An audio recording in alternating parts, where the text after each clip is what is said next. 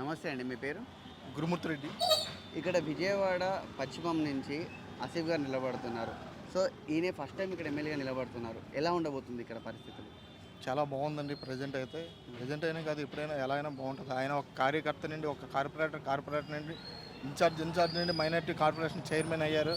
ఆయన కష్టాన్ని గుర్తించి ఈరోజు జగన్మోహన్ రెడ్డి గారు ఆయనకి ఇన్ఛార్జ్ ఇచ్చారు. నెక్స్ట్ అభ్యర్థిగా అనౌన్స్ చేశారు. డెఫినెట్గా ఆయన గెలుస్తారు.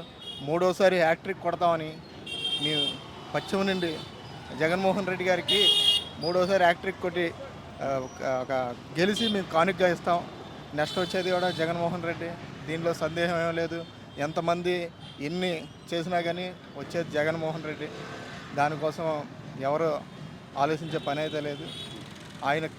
ఆయన ఒక పేదలు కార్యకర్తలు అన్న వాళ్ళకి పెద్దపీట వేసి ఈరోజు ఎవరు కష్టపడుతున్నారో వాళ్ళ కోసం ఆయన చూస్తున్నారు. అంతేగాని ఎవరు ధనవంతులు అనే చూసే వ్యక్తి కాదు జగన్మోహన్ రెడ్డి.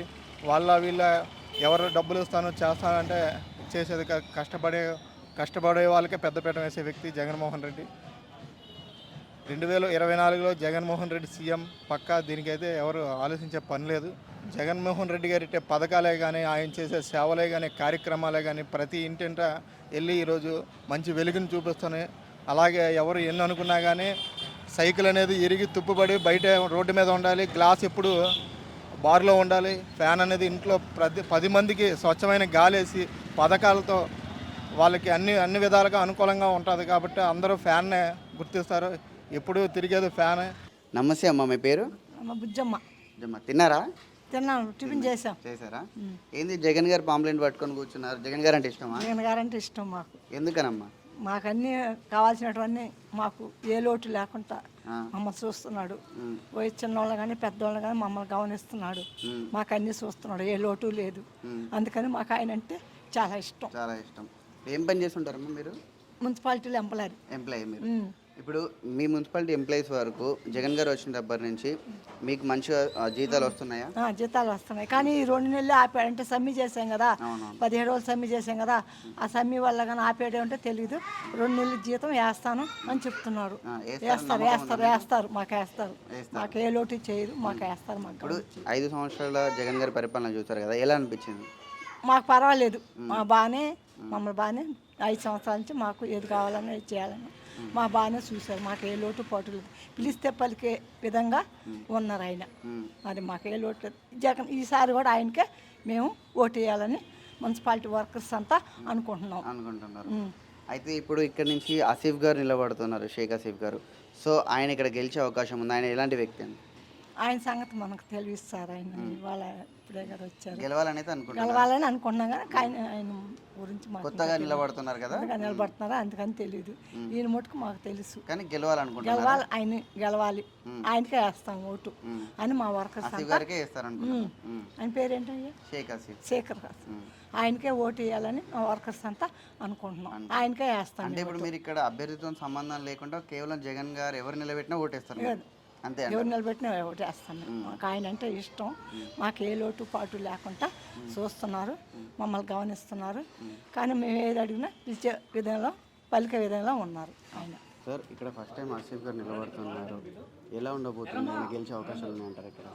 ఆసిఫ్ గారు పార్టీ పెట్టిన కాడి నుంచి కార్పొరేటర్గా ఒక బోర్డు మెంబర్గా బాగా ఎదిగిన మనిషి, అందరికీ పరిచయం మనిషి. పశ్చిమ నియోజకవర్గంలో బెంపర్ మెజార్టీతో గెలుస్తారు. ఇప్పుడు ఆయన గెలిస్తే ఇక్కడ మీకు ఏమేమి అభివృద్ధి పనులు జరుగుతాయని మీరు అనుకుంటున్నారు? అభివృద్ధి పనులు మెయిన్ రోడ్డు, కొండ మీద వాటర్ ట్యాంక్ ఒకటి శంకుస్థాపన చేశారు. అది మెట్లు, తర్వాత పైన కొద్దిగా ప్రాబ్లం డ్రైనేజ్ పైప్ లైన్ అవి చేస్తాను. నేను గెలిచి చేస్తాను.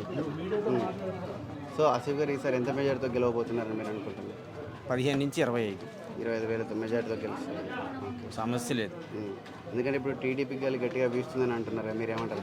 టీడీపీ జనసేనకి ఇంక ఎవరికి ఇస్తారనేది ఇప్పుడు కూడా తెలియదు. ఎవరికి ఇచ్చినా ఈయనే. వాళ్ళు టీడీపీలో ఎవరు వచ్చినా, జనసేన ఎవరు వచ్చినా ఆసిఫ్ గారు, సమస్య లేదు. కాకపోతే జనసేనకి ఇస్తే బంపర్ మెజార్టీ, తెలుగుదేశంకి ఇస్తే కొద్దిగా టఫ్. తెలుగుదేశం టికెట్ ఇస్తే కొద్దిగా టఫ్ ఉంటుంది, జనసేనకి ఇస్తే బంపర్ మెజార్టీ. సమస్య లేదు. తెలుగుదేశం వాళ్ళు కూడా ముస్లిమ్స్కే ఇస్తారు. జలీల్ ఖాన్ గారు ఉన్నారు కదా, ఢిల్లీ కానీ కాదు, వేరే వాళ్ళు. వేరే వాళ్ళకి ఎవరు ఇచ్చినా ఇప్పుడు ఆసిఫ్ గారు అయితే గెలిచే అవకాశాలు ఉన్నాయి సమస్య లేదు. 15 నుంచి 25,000 మెజారిటీ గ్యారంటీ. జగన్ గారు చెప్పింది కరెక్ట్ అండి. ఫ్యాన్ ఎక్కడ ఉండాలి? బెడ్రూమ్లో ఉంటుంది. గ్లాస్ ఎక్కడ ఉంటుంది? డస్ట్బిన్లో ఉంటుంది. సైకిల్ ఎక్కడ ఉంటుంది? ఇంటి బయట ఉంటుంది. అది కరెక్టేగా, ఆయన అబద్ధం కాదుగా చెప్పింది. ఓకే, నా వర్షం కూడా అది. సార్ నమస్తే సార్, మీ పేరు? ప్రసన్న కుమార్ అండి. సార్ ఇప్పుడు విజయవాడ పశ్చిమ నుంచి ఫస్ట్ టైం షేక్ హసీఫ్ గారు నిలబడడం జరుగుతుంది. సో ఇక్కడ గెలిచే అవకాశాలు ఉంటాయంటారా? ఆయనను ప్రజలు ఓన్ చేసుకోగలుగుతారా? సామాన్య కార్యకర్తగా నిలబడి ఒక కార్పొరేటర్ స్థాయికి ఎదిగి అనేక రకాలుగా మైనారిటీలు కావనివ్వండి, మామూలు హిందువులు కావనివ్వండి, ఏ రకంగా అయినాయండి అందరికీ అందుబాటులో ఉన్న వ్యక్తి షేక్ ఆసిఫ్ భాయ్. అలాగే మైనారిటీకి సంబంధించిన పదవి కూడా అందుకున్నారు వారు. అందుకున్న తర్వాత కూడా వైఎస్ జగన్మోహన్ రెడ్డి గారి ఆయనకి అనుగుణంగా ఈయన వర్కబుల్ క్యాండిడేట్ అని చెప్పని తెలుసుకొని షేక్ ఆసిఫ్ భాయ్ని పశ్చిమ నియోజకవర్గానికి వైఎస్ఆర్ కాంగ్రెస్ పార్టీ ఎమ్మెల్యే అభ్యర్థిగా నియమించడం ఆశ్వాస. నేను ఇందాక చెప్పింది అదేనండి. ఒక కార్యకర్తగా వచ్చి కార్పొరేటర్ స్థాయికి ఎదిగాడంటే ఆయన కష్టపడబట్టే కదండి. ఆ కష్టాన్ని తగ్గ విలువని వైఎస్ జగన్మోహన్ రెడ్డి గారు గుర్తించబట్టి ఈ యొక్క పశ్చిమ నియోజకవర్గ సీటుని ఎంతమంది ఎన్ని రకాలుగా చేసినా కానీ ఒక కార్యకర్తకి ఇద్దాం అనే ఆలోచన తత్వంతో షేక్ ఆసిఫ్ భాయ్ని నియమించడం మాకు చాలా ఆనందకరంగా ఉందండి. సో ఖచ్చితంగా ఈసారి ఆసిఫ్ గారు ఇక్కడ గెలిచే అవకాశం ఉందంటారా? జగన్ గారు ప్రవేశపెట్టిన నవరత్న పథకాలని అన్నీ ప్రతి ఒక్కటి తూచాచప్పగా పాటించి అందరికీ ప్రతి కుటుంబంలో అమ్మఒడి అవనియండి, విద్యా దీవెన అవనియండి, వృద్ధాప్య పెన్షన్ అవనియండి, 1వ తారీఖు ఎవరండి ఇచ్చేది?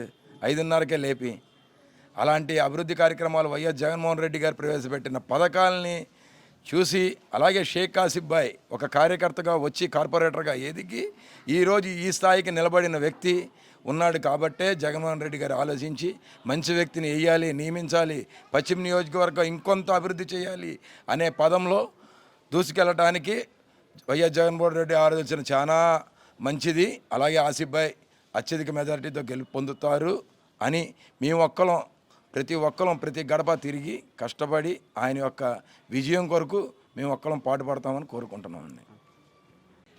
నిన్న అనంతపురంలో జరిగిన సభలో జనసందోహాన్ని చూసి గ్లాస్ ఎక్కడుండాలి అనేది వాళ్ళు ఎత్తుక్కుంటారు, ఆ గ్లాస్ని ఎక్కడ పెట్టాలనేది. అలాగే సైకిల్ని ఏ రకంగా తొక్కాలి, తిప్పాలి, చేయాలి, దానికి చైన్ ఉందా లేదా అనే ఇది వాళ్ళు ఆలోచించుకుంటారు. అలాగే ఫ్యాను 3 రెక్కలు ఉంటుంది, ఇంటిలో చల్లటి గాలి ఇస్తుంది. ఆ గాలికి ప్రతి వ్యక్తి చల్లగా సేద తీరుతారు.